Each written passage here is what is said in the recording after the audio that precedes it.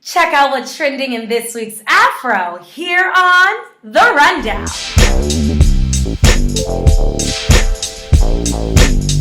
Welcome to The Rundown, sponsored by Be Inspired Global Media. I'm your host, Micha Green, and here are this week's trending stories.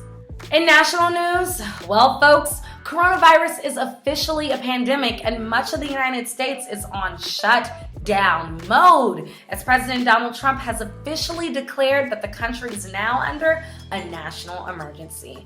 But before I can even go into the guidelines handed down by the POTUS, can we talk about how the tweeter-in-chief called COVID-19 the Chinese virus on Twitter? Some Twitter users and outlets are calling the president's tweet downright racist, and China's foreign ministry spokesman has already clapped back, saying the U.S. needs to correct its mistake and stop its groundless accusations against China. Despite Trump's disregard to politically correct rhetoric, the White House has advised people not to gather in groups of more than 10.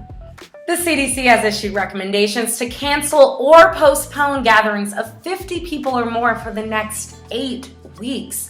And leaders in DC and Maryland are taking coronavirus seriously as well. Restaurants and nightclubs in DC and Maryland have suspended table seating, but DC Mayor Muriel Bowser and Maryland Governor Larry Hogan are allowing delivery and takeout options. Most schools and universities are closed for in-person classes, and some are now solely offering online classes to complete the school year.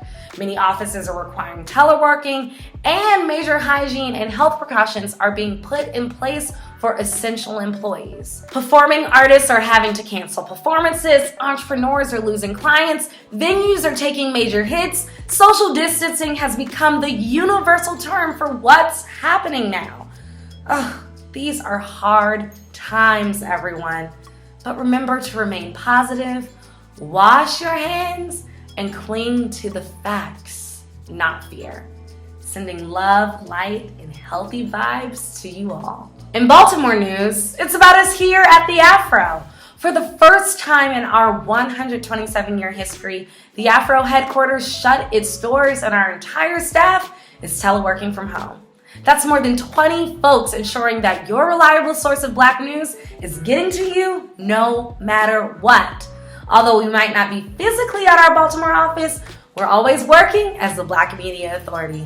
And I'm sure you can see it here as I'm in the comfort of my home as I'm giving you the rundown. In DC news, Archbishop Carroll High School in Northeast DC is the home to the new Jim Vance Media Center, which officially launched on March 12th and is named after the legendary NBC4 anchor Jim Vance, who died in July 2017 after a battle with cancer. Vance was a barrier-breaking Black broadcaster who was instrumental to DC news for decades, and now his legacy will continue for generations with the Jim Vance Media Program and Center at the Northeast High School.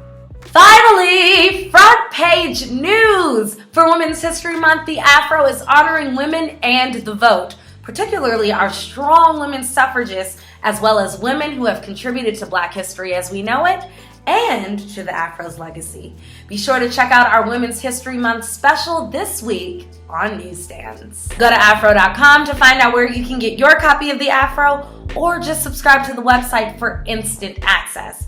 And don't forget to like and share this video, and subscribe to the Be Inspired Global Media YouTube channel for more content sponsored by the Afro. Again, I'm your host, Micha Green, and make sure you tune into next week's edition of The Rundown.